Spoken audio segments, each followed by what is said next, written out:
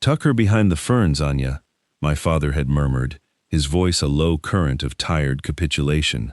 No one will see her there, but my stepmother, Lady Anya, had a flair for cruelty that masqueraded as practicality. Nonsense, darling, she had replied, her voice like honey, laced with ground glass. Ilara is not a piece of furniture to be hidden. She is simply quiet. She will be an excellent wallflower. It is a role she was born to play. And with a pat on my cheek that felt more like a slap, she had guided me to an alcove, a forgotten pocket of shadow between a towering marble pillar and a cascade of funereal drapery, far from the glittering heart of the grand solstice ball. Here, in my designated corner, I became the color of invisibility. The music was a muffled heartbeat, the laughter a distant surf.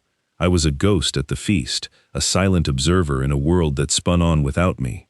My dress, a drab gray thing of my stepmother's choosing, was designed to blend with the stone walls.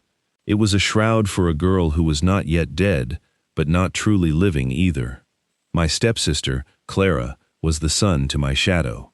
She blazed at the center of the ballroom, a vision in sapphire silk, her laughter echoing like tiny silver bells. Every young lord and aspiring gentleman orbited her, drawn to her effortless radiance. She was everything I was not, beautiful, vivacious, and utterly dazzlingly visible. Anya had made sure of it. She had polished Clara like a prized jewel, while I was left to gather dust in the dark. My father, a man hollowed out by a grief he refused to name, had long ago surrendered to Anya's will for the sake of a quiet life. He saw my pain, I knew he did, in the fleeting, haunted glances he would cast my way before his gaze skittered away, unable to bear the weight of his own failure to protect me. He had allowed Anya to remold our home, to rewrite our family's story, casting me as the awkward, unnecessary footnote in the grand tale of Clara's social ascendance. My mother's memory, once a warm hearth in our lives, had been swept away like so much ash. Anya had decreed that looking back was morbid, and my father, in his weakness, had agreed. So I stood in my alcove and perfected the art of stillness. I studied the architecture of the grand hall, a passion I nurtured in secret, locked away in notebooks under my bed. I traced the lines of the vaulted ceilings, the intricate cornices, the way the load-bearing columns distributed the immense weight of the roof. It was a language of logic and strength, a world of structure and purpose that made sense in a way my own life did not. In the quiet calculus of stress and support, I found a strange sort of peace. Buildings did not lie. They did not pretend. They simply were. A sudden hush fell over the ballroom, a palpable shift in the atmosphere. The music faltered. The chatter died. It was a silence so profound it was like a sound in itself, a great intake of collective breath. I peered from behind the heavy velvet curtain. A path had cleared through the throng, as if a king were parting the sea. And in a way, one was. He had arrived. Alistair, the Duke of Alcrest. A man spoken of only in whispers, impossibly wealthy, formidably powerful, and fiercely reclusive. He was a myth made flesh, a creature of shadow and steel, who had not attended a social event in a decade. Rumor said he was haunted, broken by some long-ago tragedy. They said he was cold, cruel, a man with a heart of ice. He stood at the threshold of the ballroom, a stark figure in black, his presence sucking the very air from the room. He was tall, with severe, handsome features that looked as if they had been carved from granite. His eyes, a startlingly pale gray, swept the room once, devoid of expression. They were the eyes of a hawk, missing nothing, judging everything. Every hopeful mother, every simpering debutante, held their breath. Anya's hand tightened on Clara's arm, her ambition a feverish glitter in her eyes. This was the prize beyond all prizes. To catch the eye of the Duke of Alcrest was to secure a dynasty. He ignored them all. His gaze passed over the glittering jewels, the practiced smiles, the artfully displayed beauty of the season's finest.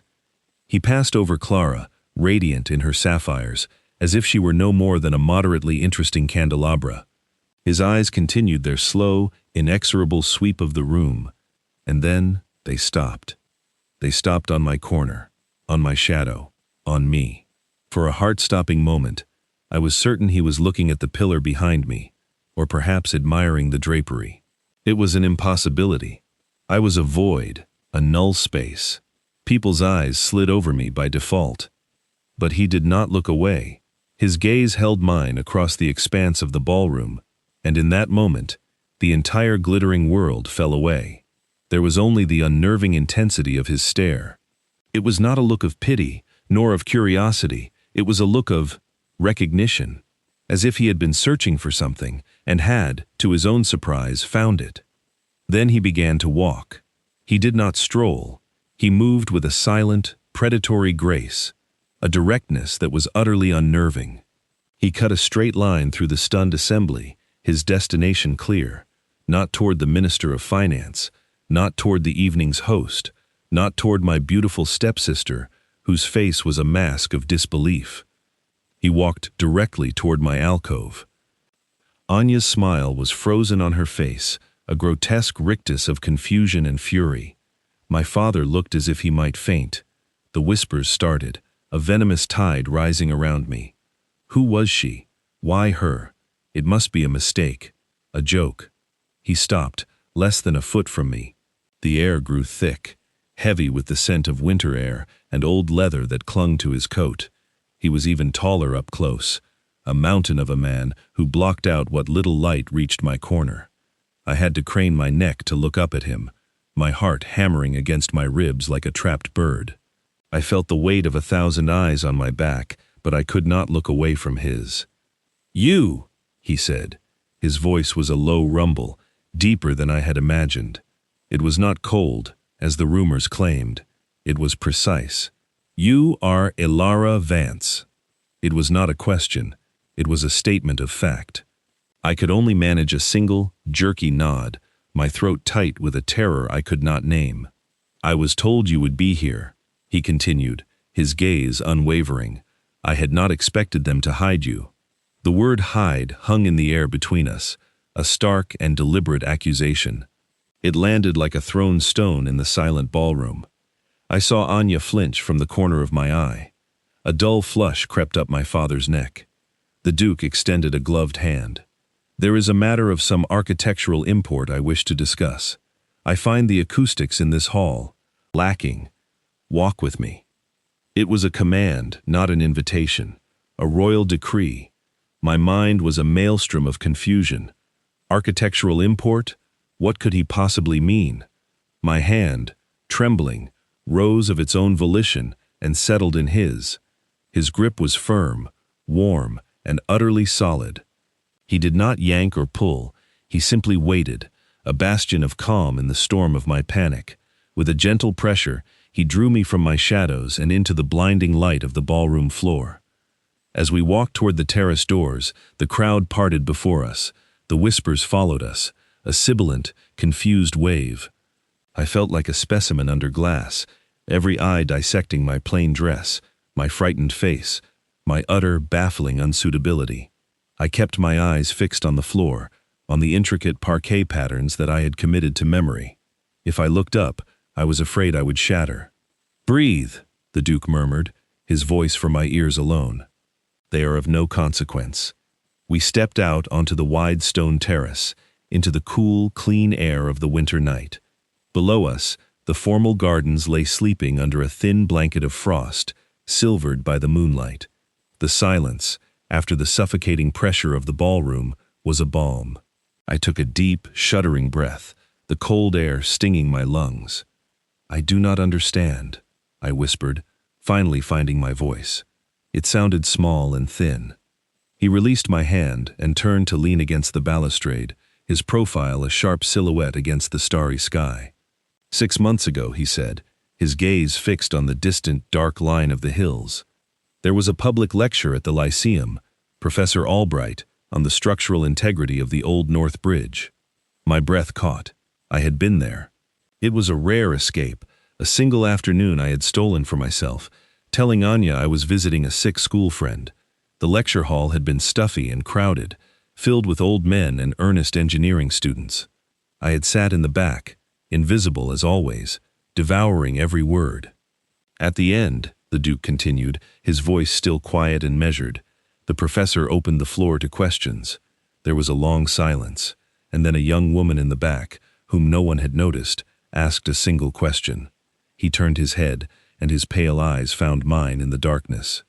She asked why Albright's proposed retrofitting did not account for the harmonic resonance created by synchronized footfalls, a phenomenon that had led to the collapse of the Angers Bridge decades earlier. She pointed out that his calculations addressed static load, but not dynamic, oscillating loads. A fatal oversight. I stared at him, my heart a cold stone in my chest. It could not be. The professor was stunned into silence. The Duke said, a ghost of a smile touching his lips for a fraction of a second. He had no answer. The young woman did not wait for one. She gathered her things and slipped away before anyone could speak to her. I tried to find her, but she was gone. He took a step closer. I have been searching for the woman who asked that question for 6 months, Miss Vance, and tonight I found her. The world tilted on its axis. He had not seen a plain girl in a gray dress, cowering in a corner. He had seen me, the part of me I kept hidden, the part that was real, the part that understood the language of stone and steel. Hope, a terrifying and unfamiliar emotion, began to bloom in the barren wasteland of my heart. It was a fragile, dangerous thing, and I did not know if I could bear it. The days that followed were a waking dream, a disorienting blend of terror and elation. Anya was a thundercloud of repressed fury, her smiles tighter, her words sharper. She could not comprehend what had happened. In her world, power was attracted to beauty and status, a simple equation she had built her life upon. The Duke's interest in me was a variable that broke her mathematics, and she hated it. She treated me with a new kind of contempt, a baffled resentment that was almost worse than her previous dismissal. I was no longer just an inconvenience. I was an anomaly, an affront to the natural order. My father, for his part, seemed to shrink even further into himself. He avoided my eyes completely now, as if my very presence was a searing indictment of his life's choices. Clara, however, was different. She looked at me with a dawning curiosity, her certainty in her own place at the center of the universe shaken for the first time. "What did you talk about with him?" she asked me once, her voice uncharacteristically subdued. "Architecture," I had replied simply. She had just stared at me, uncomprehending. A week after the ball, a liveried footman arrived at our door. He bore a single, heavy cream envelope, sealed with the black wax of the ducal crest. My name was written on the front in a strong, precise hand. Anya snatched it before I could, her fingers digging into the thick paper. Her face was a storm as she read the contents over my shoulder. It was an invitation, not to a ball or a soiree, but to tea, in his library, at his estate, Blackwood Manor. "This is absurd," she hissed, her voice low and venomous. "He is toying with you, making a fool of our family. You will decline." "No," I said. The word was small, but it felt like a cannon blast in the silent drawing room. It was the first time I had ever directly defied her. Anya's eyes widened, her painted lips thinning into a bloodless line. Before she could unleash the torrent of her wrath, my father cleared his throat. "She will go, Anya," he said, his voice barely a whisper, but firm. "We cannot afford to offend the Duke of Alcrest." His reason was cowardice, not courage, but I did not care. It was enough. Blackwood Manor was not a house. It was a fortress of solitude. It rose from the moors like a jagged piece of the earth itself, all gray stone and stark lines, its windows like watchful eyes. It was magnificent. It was severe. It was him, a housekeeper, a woman named Mrs. Gable, with a kind, weary face and an air of quiet authority, met me at the door. She led me through halls of echoing silence, past portraits of stern-faced ancestors, to the library. And I stopped breathing. It was not a room. It was a cathedral, dedicated to the written word. 2 stories of floor-to-ceiling bookshelves soared upwards, connected by a delicate, spiraling iron staircase. A vast fireplace crackled at one end, and in the center of the room, Bathed in the light from a towering arched window, stood the Duke. He was not dressed in formal black, but in a simple white shirt and dark trousers. He looked younger, less formidable, but no less intense. "Miss Vance," he said, his voice a quiet welcome. "I am glad you came." I could not speak.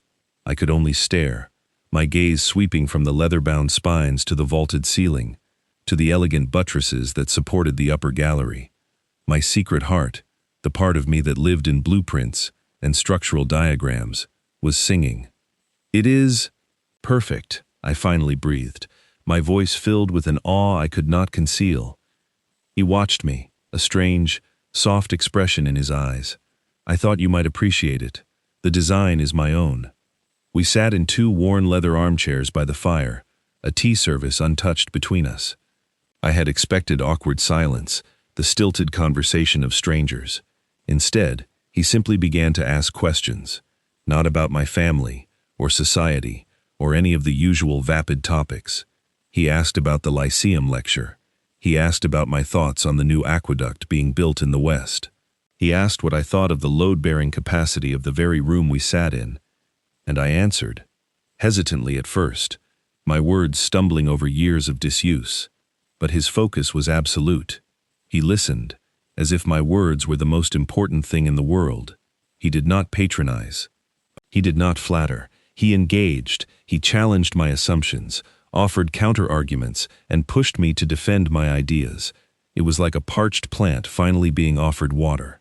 My mind, so long dormant and hidden, began to unfurl. I forgot to be afraid. I forgot to be plain, quiet, Ilara. I was simply a mind speaking to another mind. As the afternoon light began to fade, he fell silent for a moment, staring into the fire. "My younger brother, Thomas, died in a bridge collapse," he said, his voice suddenly rough, stripped of its usual precision. The change was so abrupt it was like a physical blow. I designed the bridge. It was my first major project. I was 22, full of arrogance and certainty. I used a new cantilever technique. I was celebrated for it. He paused, his jaw tight. The investigation found a flaw in the steel composition, a flaw no one could have predicted, but it did not matter. It was my design. My name was on it. My brother was on it when it fell. The silence that followed was heavy with a grief that was still raw, a decade on. This was the source of the rumors, the heart of his reclusiveness, not coldness, but a pain so profound he had walled himself away with it. He had retreated into a world of absolutes, of numbers and structures, perhaps because the human world had proven too fragile, too unpredictable. "That is why you were at the lecture," I said softly. It was not a question. "I have spent 10 years studying every structural failure in recorded history," he confirmed, his voice low. "I am obsessed with understanding the breaking points of things, to ensure it never happens again." He finally looked at me, his pale eyes shadowed with a vulnerability that stole my breath. "When you asked that question, you saw a flaw no one else did, a hidden weakness. You saw the thing I have dedicated my life to finding." In that moment, I understood. His interest in me was not a whim. It was not pity. It was a profound, intellectual kinship. He saw in me a reflection of his own obsession, his own way of seeing the world. He was not just looking at me. He was seeing me. Truly, completely seeing me. As I left that day, Mrs. Gable handed me a heavy, cloth-wrapped parcel. "From His Grace," she said, her expression unreadable, but for a flicker of something like approval in her eyes. Back in my room, I unwrapped it. It was a book, a rare, out-of-print treatise on Gothic architecture, a volume I had only ever dreamed of reading. Tucked inside the front cover was a small card. It contained only 3 words: "Keep asking questions." I held the book to my chest and wept. I wept for the years of invisibility, for the girl who had learned to live on scraps of intellectual nourishment. And I wept with a terrifying, burgeoning joy.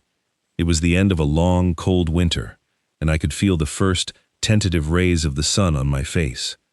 Our meetings became a quiet ritual, a secret thread of light, woven into the drab tapestry of my days.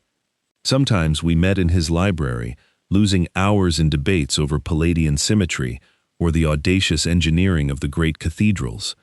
Other times, he would arrive at my home in his stark black carriage, and to Anya's immense frustration, we would walk.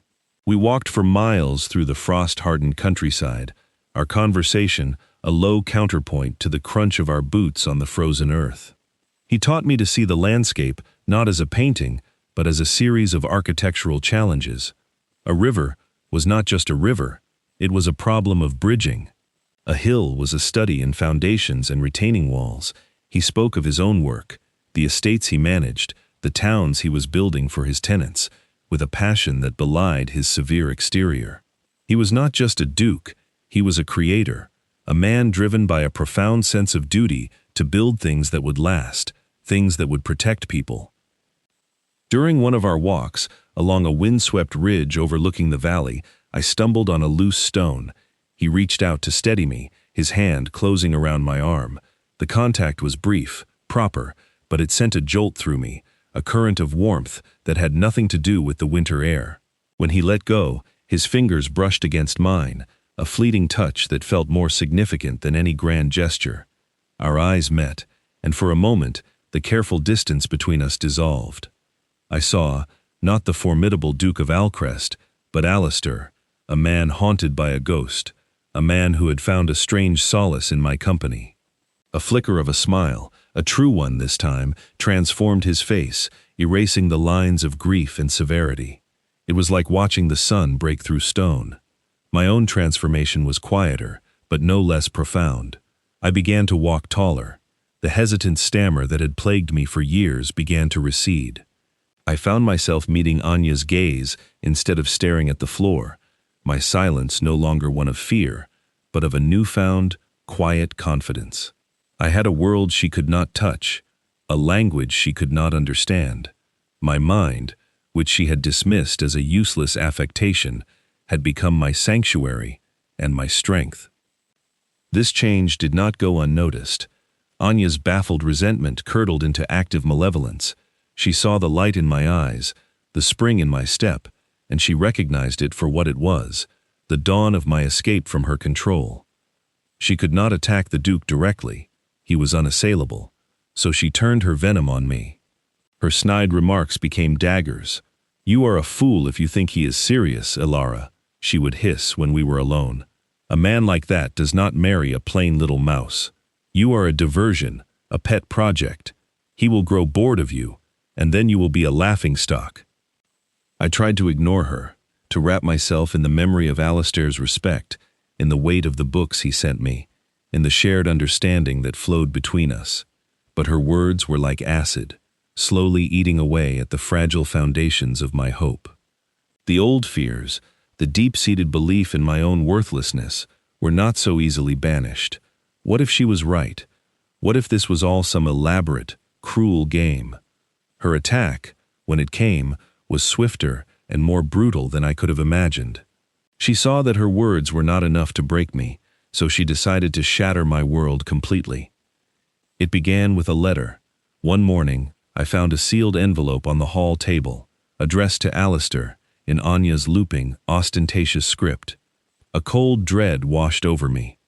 I knew, with a sick certainty, that it contained nothing good.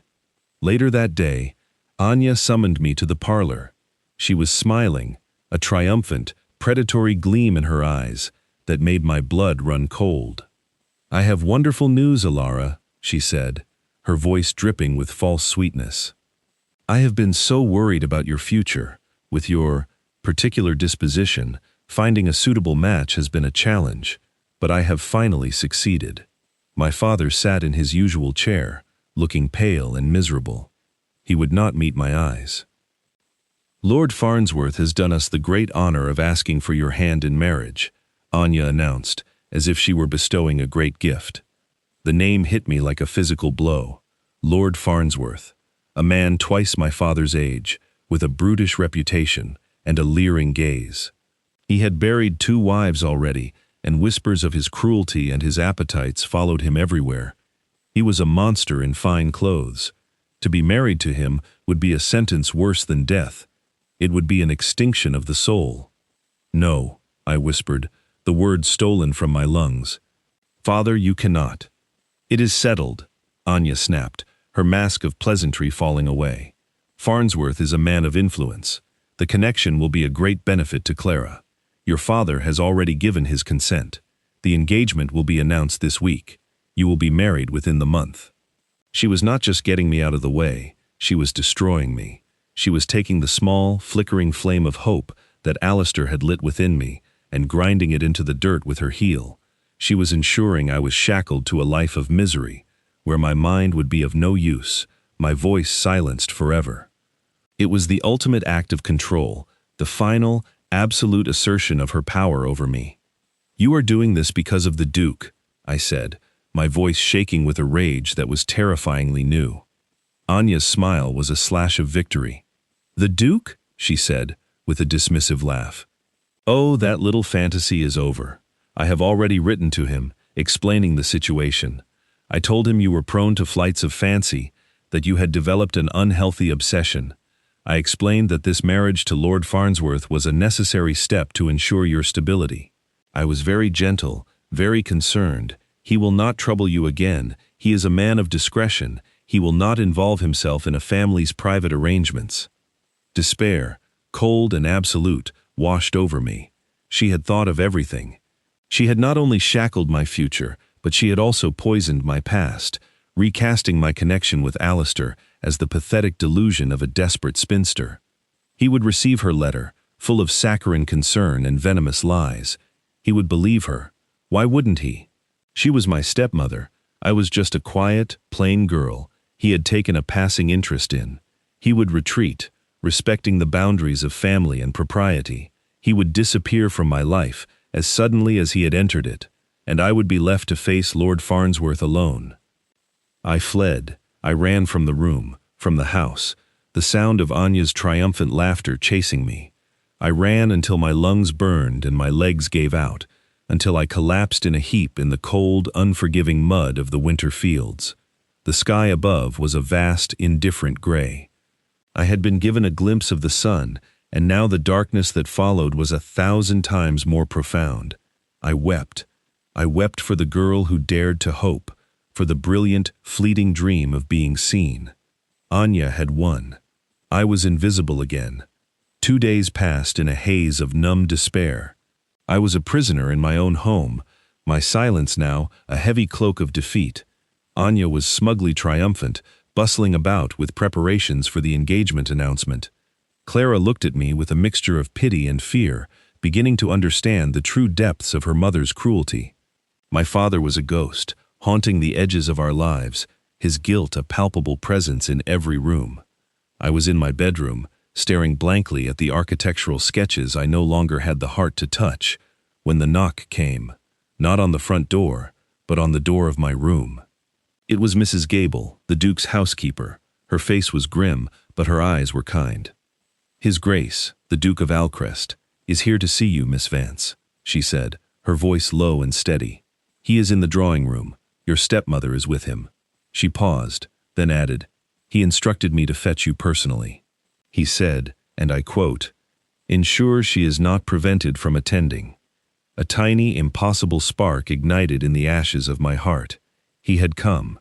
He had received Anya's letter, and he had not retreated. He had come. I followed Mrs. Gable down the stairs, my legs unsteady. The sound of voices came from the drawing room, Anya's, high and falsely sweet, and his, a low, implacable rumble. I paused at the door, taking a deep breath. Mrs. Gable gave me a small, encouraging nod, and then retreated, a silent, loyal sentinel. I pushed the door open. The scene was a tableau of tension. Alistair stood by the fireplace, a commanding presence in his severe black coat.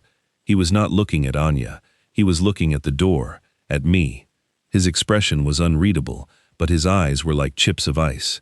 Anya sat perched on the edge of a settee, a porcelain teacup trembling in her hand.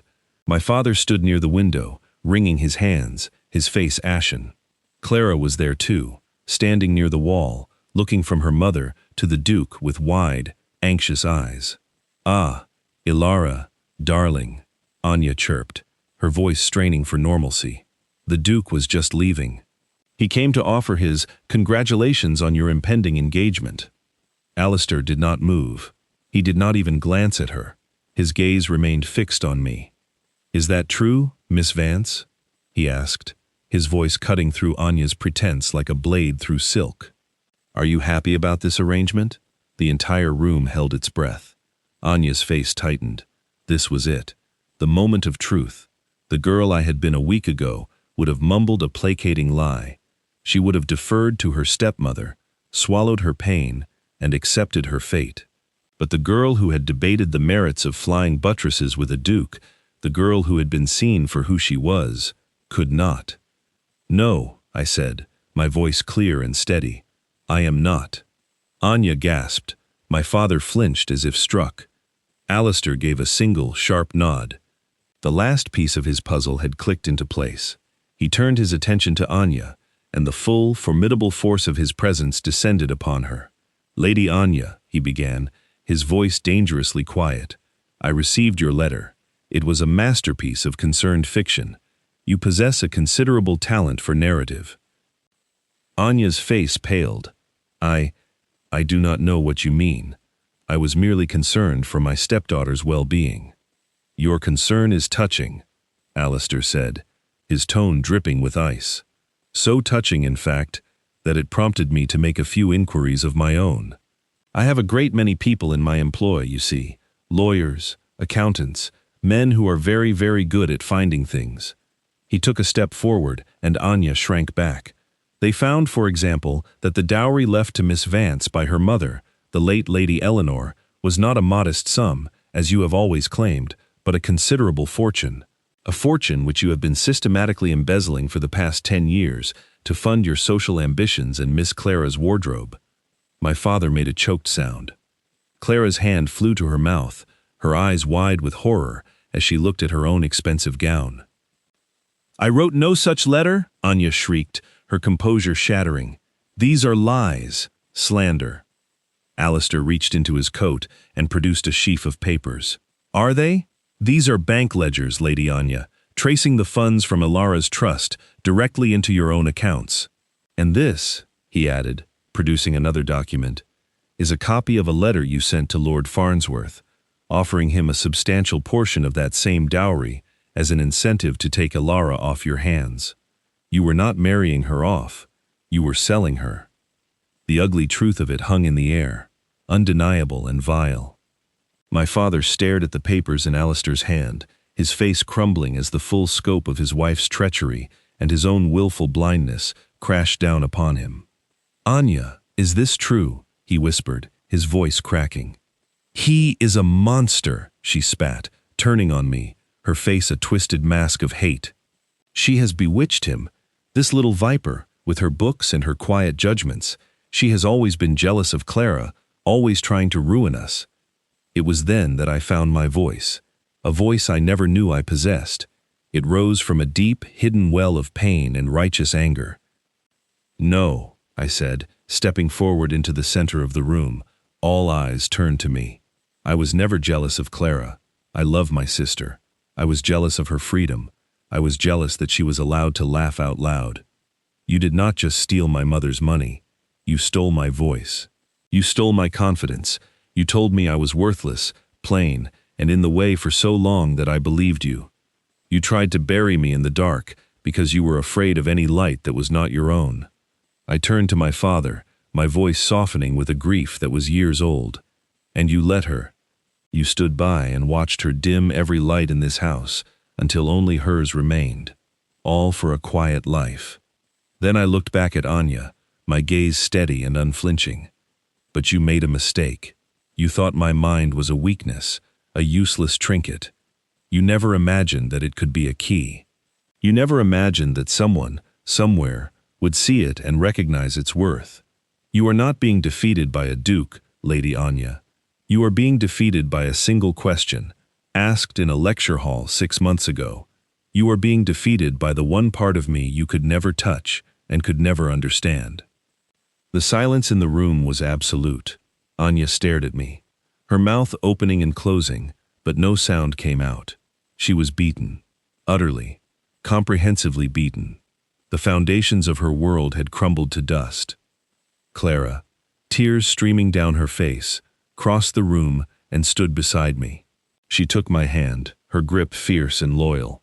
"I am so sorry, Alara," she whispered. "I never saw."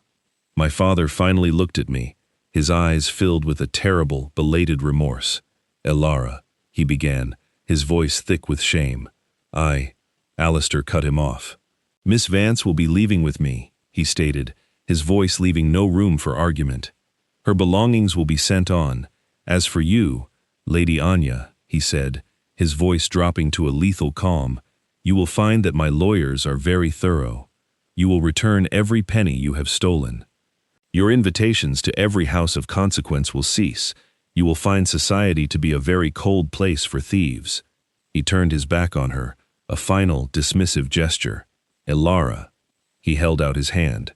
This time I did not hesitate. I placed my hand in his, my fingers curling around his. It felt like coming home. Together, we walked out of the drawing room, out of the house of shadows, and into the clean, cold light of day, leaving the ruins of my old life behind us.